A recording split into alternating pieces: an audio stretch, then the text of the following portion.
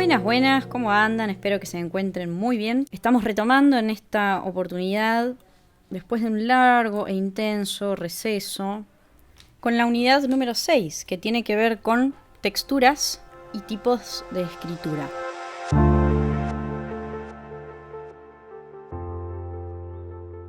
Algo de texturas ya hemos visto en la unidad número 2, pero ahora toca profundizar un poco más, especialmente acerca del comportamiento de las voces y su escritura correcta.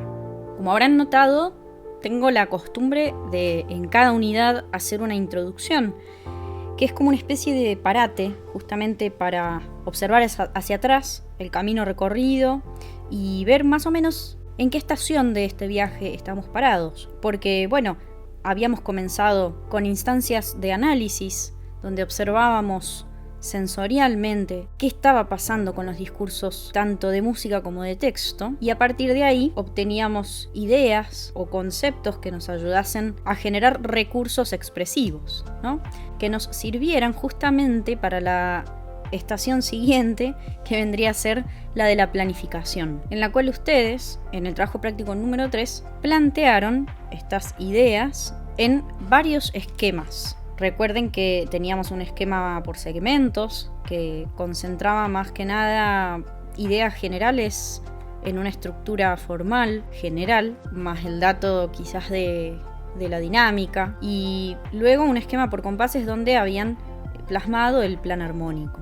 Ese es el esquema por compases que habrán tomado para la realización del trabajo práctico número 5, que es justamente prestar un poco de atención a ese plan armónico para poder enriquecerlo o adornarlo en el caso de que así lo pidiera la música, en el caso de que así ustedes con criterio musical decidieran utilizar procedimientos de rearmonización, ¿sí? Como sustituciones o reemplazos o agregados de acordes, como pueden ser dominantes secundarias o intercambios modales, sustitutos varios, como por ejemplo el sustituto tritonal. Digo, no siempre suele suceder que es conveniente utilizarlos.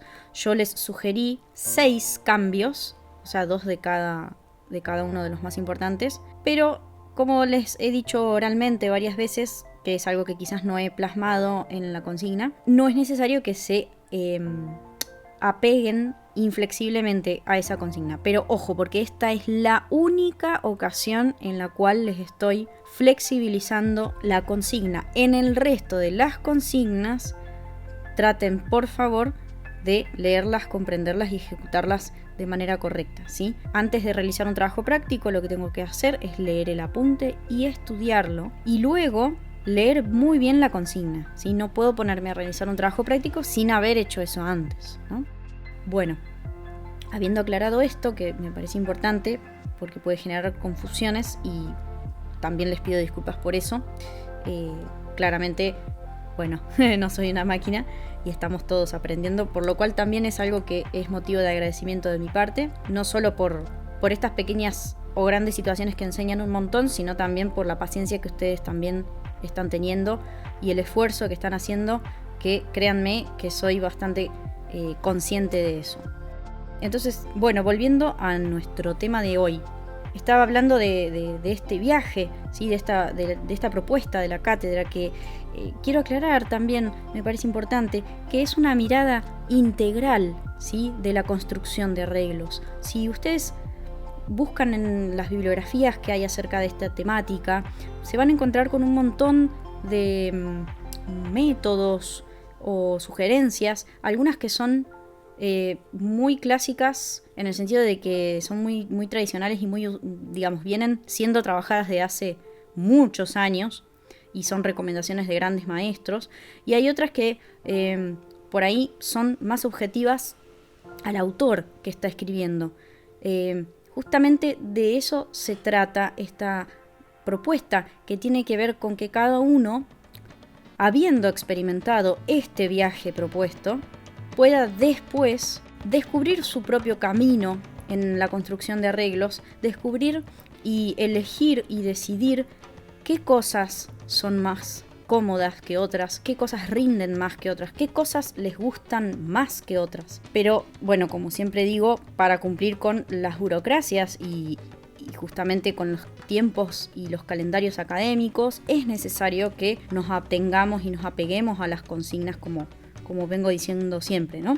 A ver, no es que lo que yo les estoy proponiendo es un capricho, sino simplemente una especie de síntesis de varias cosas. En principio, la bibliografía estudiada y un camino recorrido en donde en mis propios arreglos he notado varias cosas que por suerte después me he encontrado también en la bibliografía, tanto como sugerencias a evitar o a seguir, ¿sí? Cuando, por ejemplo, suceden ciertos inconvenientes que uno aprende cómo después evitarlos, ¿sí? Es decir, el caminito que ya sabemos que no tenemos que tomar. Entonces, cuando otro te lo advierte, uno puede adelantar tiempo en ese sentido. Y bueno, eso es lo que vienen haciendo los grandes estudiosos y maestros y que han plasmado en estos manuales. Y siempre va a faltar horas y horas de lectura. Quiero también comentar que esta materia es muy amplia y podría ser estudiada en 1 o 2 años. Quizás sería lo más óptimo. Solo tenemos 4 meses, por lo tanto, la mirada integral de la que les hablo también tiene que ver con un abarcar cuestiones más genéricas que puedan ser aplicadas a cualquier género y a cualquier situación y que tengan que ver con la planificación y el ordenamiento de los materiales con los que contamos para poder hacer un arreglo. Y cosas muy básicas que son las que me refiero cuando digo que ya están escritas en estos manuales y que nos conviene mucho poder estudiarlos y trabajarlos. Por eso es que en este apunte ustedes van a encontrar también varias citas, en esta ocasión a Enric Herrera cuando habla de la escritura a 2 y 3 voces, que yo no voy a explicar mucho en esta clase de eso porque simplemente me parece que es algo que tiene que ser practicado y que cuando ustedes en el medio de la práctica tengan alguna duda, es ahí cuando tienen que recurrir tanto a este apunte, que es una síntesis, o a los mismos capítulos, incluso en contexto pueden encontrar más información, es decir, capítulos anteriores o posteriores. Estimo que con lo que he seleccionado es suficiente, pero ya saben que pueden consultar la bibliografía citada. Pero sí vamos a conversar un poquito acerca de cuestiones muy importantes que a veces no están tan desarrolladas en la bibliografía. Si bien utilizo bastante bibliografía variada, hay cosas que les cuento en este apunte que tienen que ver con la propia experiencia, especialmente en el armado de partes y partichelas. Así que bueno, pensando un poco en todo esto que venimos trabajando y que quizás se nos ha hecho bastante intenso y extenso y que tenemos que reducir en cuanto a consignas y en cuanto a cantidad de información, me gustaría que ustedes se queden con todo el contenido de esta materia como una especie de manual de consulta para cuando tengan que profundizar en estos temas, pero que en la práctica puedan quedarse con estas cuestiones básicas, estos pasos básicos o estas estaciones de esta propuesta que tienen que ver con básicamente 4 cosas. El análisis, especialmente discursivo, de texto y música, para poder incorporar emocionalmente la narrativa y poder desarrollar recursos expresivos que luego pueden ser usados para la próxima estación, como decía, que es nuestra segunda pata, la planificación, donde yo voy a ordenar estos materiales y estos recursos según la idea que tenga y voy a decir, quiero que esto suene así, entonces lo voy a poner acá. Entonces de esta manera voy a hacer sonar estos y tales y otros instrumentos para generar este efecto. Voy completando mis esquemas con las ideas que tengo. Puede llegar a pasar que a veces no tenga muchas ideas, pero no importa. Y a partir de ahí ya empiezo recién ahí con la escritura, que es lo que estuvimos viendo al último y vamos a terminar de desarrollar ahora. En la unidad 4 hemos visto también entonces bastante acerca de análisis melódico, donde destaco que lo más importante es entender que podemos observar a una melodía en su comportamiento horizontal tanto como vertical. Entonces yo sé que esta melodía, que es una línea horizontal, está dibujando algo que se encuentra en un contexto armónico y por lo tanto esas notas tienen una función. Es decir, pueden ser la primera, tercera, quinta, séptima, novena, oncena, trecena del acorde y a su vez, según su comportamiento, si son notas extrañas o ajenas al acorde del compás que estamos observando, las analizamos como adornos. Entonces es muy importante que yo afile mi oído, ¿sí? Para entender qué notas están sonando y qué relación interválica hay, ¿sí? Por eso está buenísimo que acompañen, y esto lo voy a repetir mucho en esta clase, con entrenamiento rítmico y entrenamiento auditivo, ¿sí? De más adelante voy a hablar un poco más de esto. Bueno, y para finalizar, algo que me faltó decir, he comentado todo el caminito de esta propuesta, pero no lo que nos falta, que es la última unidad y que tiene que ver con cómo distribuimos en las líneas que estaremos escribiendo próximamente en este trabajo práctico número 6, en los instrumentos, es decir, la orquestación. Pero para hacer eso hay que estudiar instrumentación, es decir, cuáles son las características básicas, tímbricas, de registro, de digitación y de sonido y articulación de cada instrumento, o especialmente aquellos que he elegido para mi orgánico, para mi arreglo. Como es algo súper amplio y difícil y extenso de estudiar, es necesario que hagamos una reducción del contenido, así que probablemente incluso no alcancemos a escribir el score con toda la orquestación, que sería lo óptimo a esta propuesta y sería el camino planteado primeramente. No creo que sea posible realizarlo, pero bueno, vamos a ver hasta dónde llegamos. Lo importante es que podamos prestarle mucha atención a esta unidad que contiene detalles muy importantes acerca de la escritura y que les va a servir muchísimo para cuando en algún momento los contraten para hacer algún arreglo y tengan que escribir y se ahorren mucho tiempo y muchos problemas. Bueno, vamos a continuar entonces con lo que serían los tipos de escritura, pero antes vamos a conversar acerca de algunos detalles que hay que tener en cuenta. ¿A qué voy con esto? Es súper importante que la escritura esté bien hecha. Por si les sirve de referencia, estoy trabajando con la página número 5 del apunte. Entonces, decía que es fundamental que la escritura esté bien hecha, que sea legible a golpe de vista, ¿sí? Yo puedo estar escribiendo cosas muy lindas, increíbles, que me encantan, pero si no pueden ser leídas cómoda y claramente, e incluso ensambladas, corro el riesgo de que el trabajo del ensamble se vea demorado, que la gente se desmotive y que se frustre, ¿sí? Y eso es un camino casi directo al fracaso. Y lo digo porque me ha pasado de escribir ideas melódicas muy interesantes, que me gustaban mucho cómo quedaban y que tenían un buen fundamento en el contexto textural, es decir, sonaban bien respecto a todo el ensamble global. Y sin embargo, el trabajo del ensamble resultó ser muy duro, muy difícil, tanto que costó más de un año poder tocar bien una pieza. Y eso es algo que realmente no lo recomiendo. Entonces, bueno, por ese motivo especialmente, pero además porque también lo sugiere la bibliografía consultada, vamos a ver de qué se tratan estos detalles y a qué me refiero cuando digo que hay que escribir bien. En síntesis, sería poder escribir de tal forma que el instrumentista de un golpe de vista, o digamos a primera vista o a segunda vista, pueda ya saber de qué se trata lo que tiene que tocar. Porque a veces lo que muchas veces sucede es que no se alcanza a estudiar en la casa y se llega al ensayo sin haber estudiado. ¿Es lo recomendable? No, para nada. Siempre es bueno estudiar, obviamente antes, y hacer un estudio de la forma y de la armonía de lo que tengo que tocar, que es algo a lo cual no estamos acostumbrados, y menos los instrumentos melódicos. Y además vuelvo a insistir con esto, cuando estamos haciendo música popular tenemos que también tener cierto entrenamiento rítmico. Pero bueno, la realidad es que la mayoría de los instrumentistas suelen llegar al ensayo y leer a primera vista. Yendo un poquito más a lo global, recordemos lo que estudiábamos al principio de la mano de Sebastián Pérez, en su libro Abordaje de arreglos en música popular, que es conveniente que el arreglo tenga partes simples y un ensamble simple de esas partes.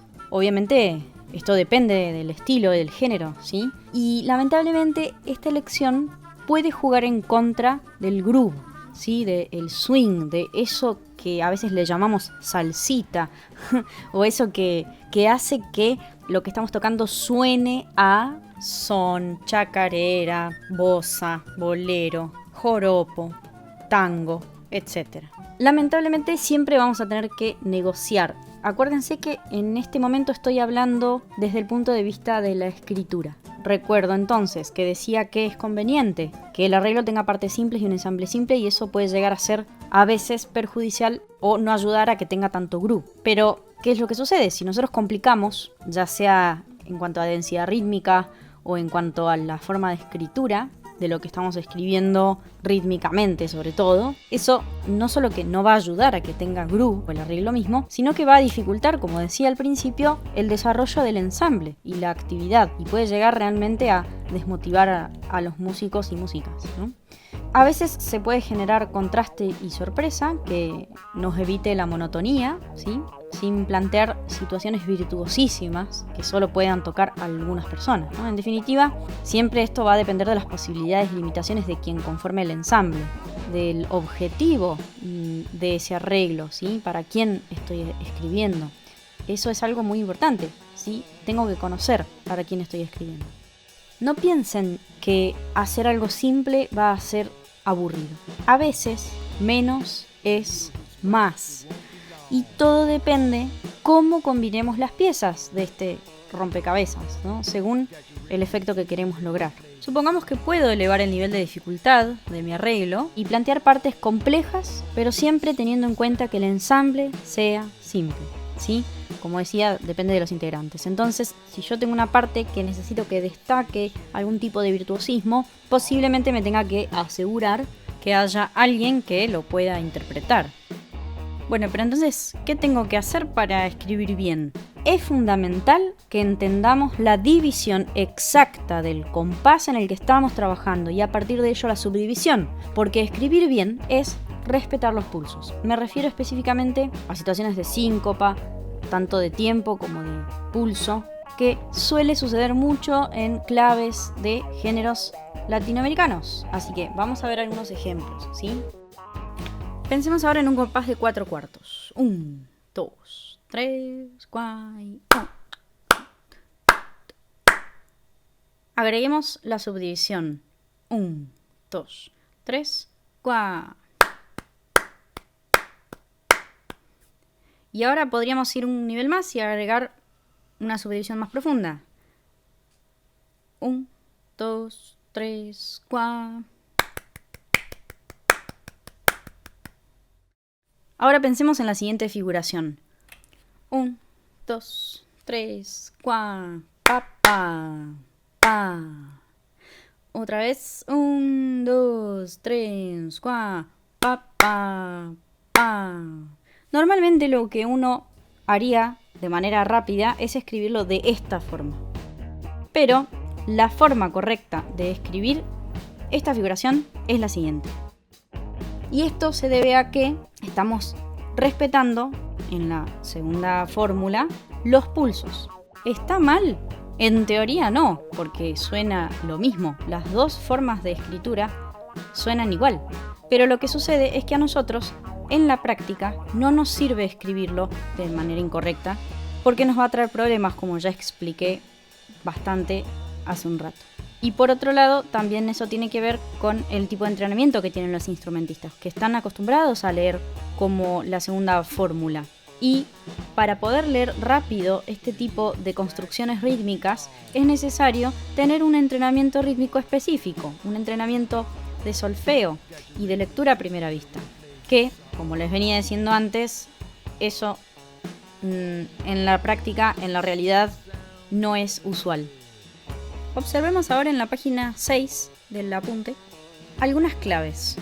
Tenemos la media clave, que es la que usualmente le decimos 3-3-2.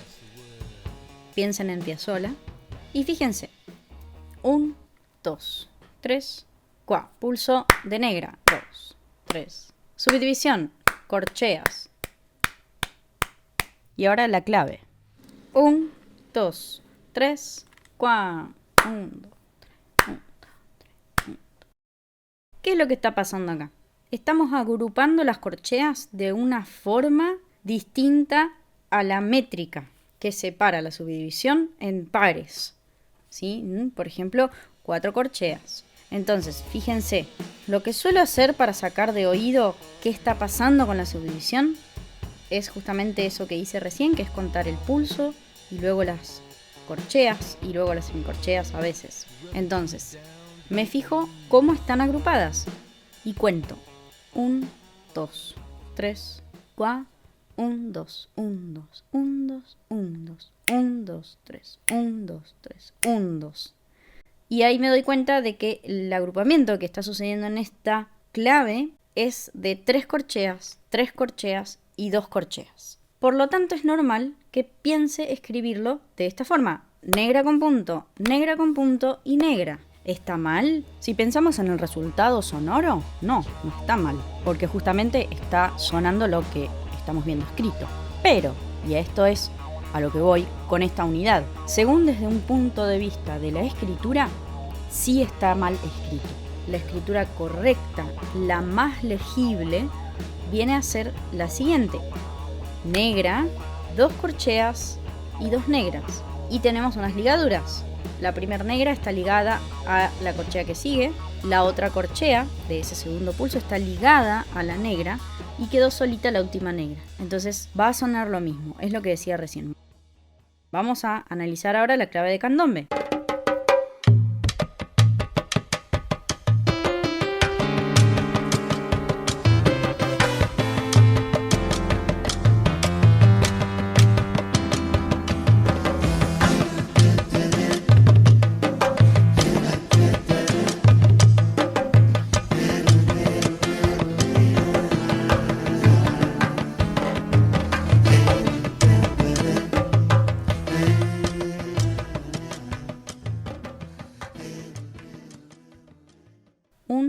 Dos, 3, 4, negras, 2, 3, 4. Subdivisión de corcheas, 2, 3, 4. Semi, 1, 2, 3, 4, 1, 2, 3, 4, 1, 2, 3, 4, 1, 2, 3, 4.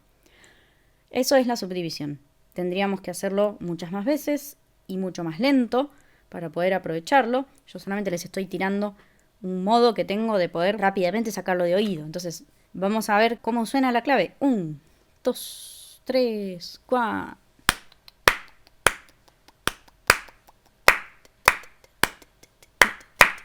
1, 2, 3, 4. Taquiti, taquiti, taquiti, taqui, taqui. ¿Sí? Ahí a mí me ayuda a utilizar las sílabas. Pero si uso los números, a veces también es mucho más fácil. Fíjense. 1, 2, 3, 1, 2, 3, 1, 2, 3, 4. 1, 2, 1, 2, 3, 4. Ahí estoy agrupando, como les digo, de una forma distinta a la que se sugiere naturalmente por la métrica del 4/4, es decir, por pulsos, ¿no? Entonces, este esquema de los pulsos cada 4 o cada 2 se rompe porque tengo 3 semicorcheas, 4 semicorcheas, 2 y por último 4. Por lo tanto es normal entonces que pensemos escribirlo así. Corchea con punto, negra, corchea y negra. Pero eso, vuelvo a insistir, es lo que va a dificultar bastante la lectura. Entonces, la forma correcta, especialmente para nuestro oficio de escribir un arreglo y que como objetivo se cumpla justamente que el músico lo pueda leer rápido, tenemos que escribirlo de esta forma, ¿sí? Y esto es lo que estamos viendo en pantalla. Pasemos a ver entonces a la página siguiente, la número 7, algo importante a destacar. Esto sucede también, especialmente en la música popular latinoamericana de origen afroperuano, ¿sí? Que convive con varias métricas o polirritmos, ¿sí? Piensen en la chacarera, piensen en las cuecas, piensen en un candombe o en las milongas. En este caso, que tenemos varias métricas, conviene resignar en la escritura, lo que venía diciendo hace un rato, lo que sería la mejor forma de escribir estas polirritmias. Es decir, esa forma de escribir que contiene el groove, esa salsita que decía antes. Y esto es por el mismo motivo que ya vengo diciendo, que tiene que ver con hacer legible a primera vista lo que yo escriba. Lo que es muy común que suceda es que estemos en un compás de 6/8 conviviendo con otro de 3/4 y que escribamos de ambas maneras. Y generalmente lo que va a suceder es que las personas se van a perder, pierden el pulso, porque están contando en un pulso binario de 3 y de repente tienen un pulso ternario de 2. Entonces, a no ser que tengan ejercitado este tipo de dificultades, pero insisto, cuando no hay un entrenamiento específico que tiene que ver con esta polirritmia, es muy difícil y generalmente nos vamos a encontrar con orquestas heterogéneas o con ensambles, grandes ensambles o pequeños ensambles, compuestos por personas que tienen diferentes escuelas de formación y entrenamiento y diferentes formas de estudiar. Y además, no todas las personas manejan la música popular o dominan ese groove o esos acentos que tienen a veces las músicas populares, y que yo escriba de una manera que puede resultarles confusa no va a ayudar, insisto. Es decir, que conviene siempre escribir lo más cuadrado posible, entre comillas, en detrimento quizás del groove, para poder facilitar la lectura. Y en ese sentido sabemos que trabajar la expresión es posterior a hacer el arreglo, es trabajo justamente del ensamble, y que como situación óptima debería estar acompañado, como digo, entonces de un entrenamiento rítmico específico, según el género que se esté trabajando. Por lo tanto, a veces vamos a tener que resignar esta forma compleja de escribir en detrimento del groove y quizás compensar con el uso de acentos o silencios, ¿sí?, para buscar este efecto, pero siempre respetando las divisiones naturales del compás, ¿sí?, como hemos visto en las claves anteriores. Bueno, ahí en la página 8 tienen un poco de qué se trata esta propuesta de entrenamiento rítmico. Es simplemente una breve mirada. Esto debe ser profundizado y seguramente ustedes lo han trabajado con los profes de percusión. Y si no, les recomiendo profundamente que siempre traten de practicar este tipo de ejercicios, que básicamente tienen que ver con algo bastante lúdico, como por ejemplo pasar el ritmo por el cuerpo y entonces ir experimentando pisar el pulso, ¿sí?, el pulso en cada pierna, por ejemplo, y luego ir agregando más elementos con las palmas o con la voz. Y bueno, hay un montón de variantes. Más adelante, si quieren, les brindo más información acerca de esto. Bueno, sabemos que no es fácil estudiar música popular. El problema real es que no todas las personas que quieren hacerlo logran hacerse el tiempo para este entrenamiento adecuado y específico. En el caso del folclore que estaba comentando recién, ¿sí?, que tiene origen afroperuano, incaico, español, y donde se escuchan estas métricas del 3/4 sobre 6/8, ¿sí?, generalmente lo melódico, medio agudo, tiende a escribirse en ternario, ¿sí?, mientras que los graves suelen marcar el 3/4. Así es como el acento grave, característico, y atención acá, en la chacarera, es la negra del tercer pulso, ¿sí?, a veces acompañada de un silencio incluso en la primer negra. Fíjense también en la samba, que no tiene tan marcada la ausencia del 1 como la chacarera, pero sí, por ejemplo, tiene muchísimo aire. Fíjense lo que hace el bombo, que marca el pulso de 6/8 en el aro, y en el parche marca las dos negras de los pulsos 2 y 3.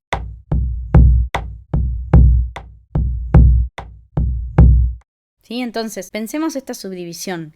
1, 2, 3, 1, 2, 3. 1, 2, 1, 2, 1, 2, 1, 2, 3. ¿Sí? En mi experiencia, les cuento que elijo escribir la chacarera en 3/4.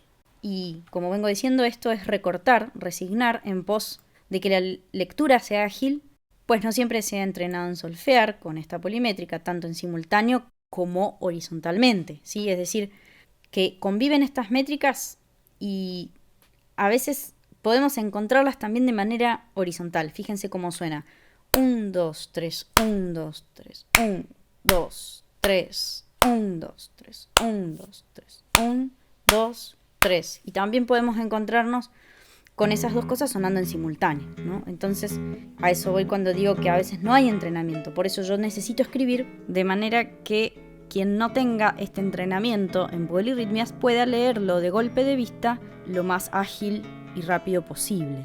A ver, porque ¿qué sucede? Si escribo las 3 negras estando en 6 octavos, corro el riesgo de que se lea mal, de que la persona se pierdan, como les decía recién, ¿sí? ¿Sería lo más grubero? Sí, pero no lo más conveniente a la lectura rápida, ¿sí? Y de igual modo sucede al revés, estando en 3/4, como vemos en la pantalla, 2 negras con punto, ¿sí? Para concluir un poquito, toda esta cuestión de cuadrar la escritura seguramente resulta antimusical. Les aseguro que es al contrario. Mientras más cuadremos la escritura, es decir, respetemos los pulsos, mejor será su lectura. El fraseo, la expresividad podrán tener las indicaciones adecuadas de dinámicas, de intención, de acentos, de articulación, y el intérprete podrá tomar eso como referencia, ¿sí? No lo va a ejecutar de modo cuadrado como nosotros estamos escribiendo, lo va a leer y lo va a leer bien y rápido. Y después el trabajo de interpretación grubero es del o la directora del ensamble. No es algo que quepa en la responsabilidad del arreglador. Sí se pueden, obviamente, hacer notas al pie o uno puede hacer lo que quiera, básicamente, ¿no? Pero a lo que voy es que para eso están las indicaciones de expresión. En cambio, si llegamos a escribir de manera más compleja, como vengo diciendo, y poco coherente, va a dificultar mucho la lectura, ¿sí? Va a ser difícil la percepción incluso de la forma, de la sintaxis de la obra, y como ya les digo, motivo de frustración. Fíjense, un buen ejemplo de esto es algo que sucede con el tango. Si ustedes observan una partitura para piano y violín o para piano y voz, se van a dar cuenta de cómo está escrita la melodía, por ejemplo, y cómo la canta cualquier cantante. Gran parte de la melodía se respeta en esencia, pero se frasea y se busca una impronta totalmente personal en la interpretación. Y eso, a lo que voy, no es algo que el arreglador o el compositor tenga que plasmar en la partitura, porque es algo que queda a cargo del intérprete.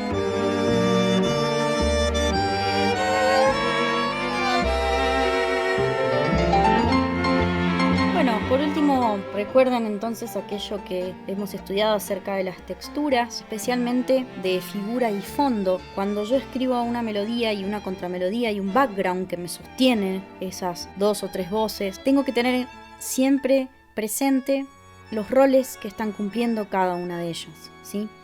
A veces pueden estar geniales las ideas compositivas, pero si no combinamos bien, se puede arruinar todo, ¿sí? Bueno, en el apunte luego se van a encontrar con 2 títulos bastante desarrollados a partir de Enrique Herrera en los capítulos 11 y 10 de Teoría Musical y Armonía Moderna, volumen número 3, y que se titulan Escritura a 2 voces y Escritura a 3 voces. En ellos van a encontrar tipos de técnicas, si por ejemplo unísonos, octavas, soli o melodía contra melodía, eso que estaba diciendo recién, ¿sí?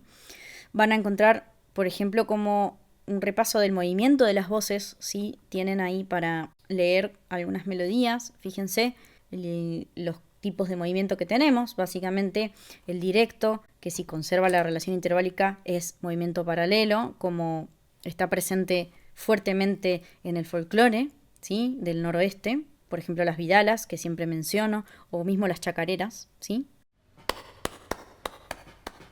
Debajo de unos árboles cantaban unos pájaros, lunes, martes y miércoles, jueves, viernes y sábado. Experimentemos un poquito qué pasaría si utilizamos los otros tipos de movimientos, oblicuo y contrario. 1, 2 y... Debajo de unos árboles cantaban unos pájaros, lunes, martes y miércoles, jueves, viernes y sábado. Es muy importante en este sentido tener en cuenta qué está sucediendo a nivel intervalo, ¿sí? Entre ambas voces.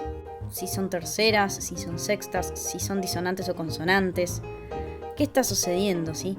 Bueno, y lo que les quiero decir con esta breve presentación de estos 2 títulos de este apunte es que al escribir puedan recurrir a consulta de ellos. La única forma de poder aprender no es justamente de memoria, sino practicando.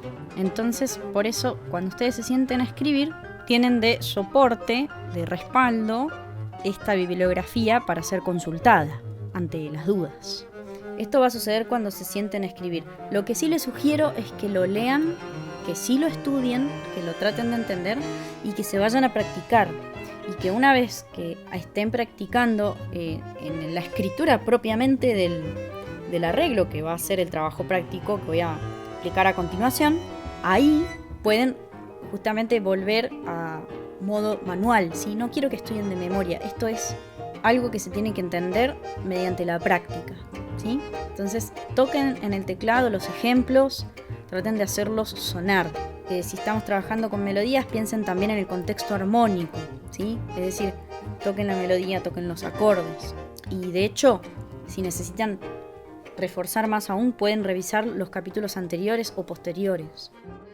Bueno, vamos a ver entonces lo que sería el trabajo práctico número 6. Esto está en la página 15. Básicamente lo que tienen que hacer es escribir la melodía más el cifrado definitivo sobre un pentagrama en clave de sol y luego abajo agregarle un sistema para piano, ¿sí? Es decir, clave de sol y clave de fa. Les van a quedar 3 pentagramas. Después tienen que escribir abajo, en la clave de fa, el bajo, ¿sí? Pueden poner con lápiz, y para que vayan, digamos, porque van a ir borrando, las tónicas, y después cuando completen, en el punto 3, la armonía, pueden elegir utilizar una conducción de voces por nota común, ¿sí? Y eso les va a aportar que haya menor movimiento y que sea un background más pasivo, y por lo tanto van a tener que invertir acordes, o sea que algunas tónicas no van a estar, ¿sí? Fíjense que de hecho el ejemplo que puse, que es un fragmento de Piazzolla, de Adiós Nonino, va cantando el bajo y va haciendo como una especie de progresión. Bueno, una vez que ustedes escriben ya los bajos con la armonía y todo, lo único que tienen que hacer es colocarle todas las indicaciones de expresión y matices que consideren necesarias para que se logre el efecto de cómo ustedes quieren que suene. No hace falta llenar de cosas, digo, sean criteriosos y musicales, confío que así va a ser y van a poner lo que consideren necesario.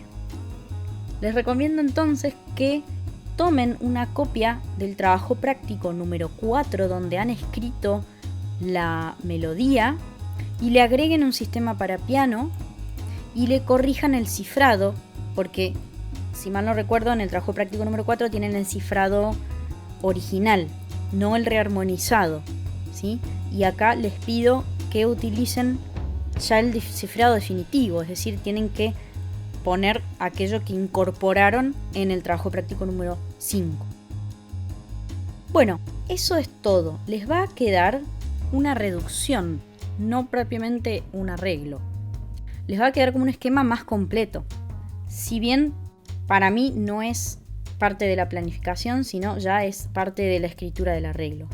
Esto que estamos haciendo es una reducción y a partir de la reducción lo que se hace es la orquestación, es decir, la distribución de las líneas que han escrito en distintos instrumentos.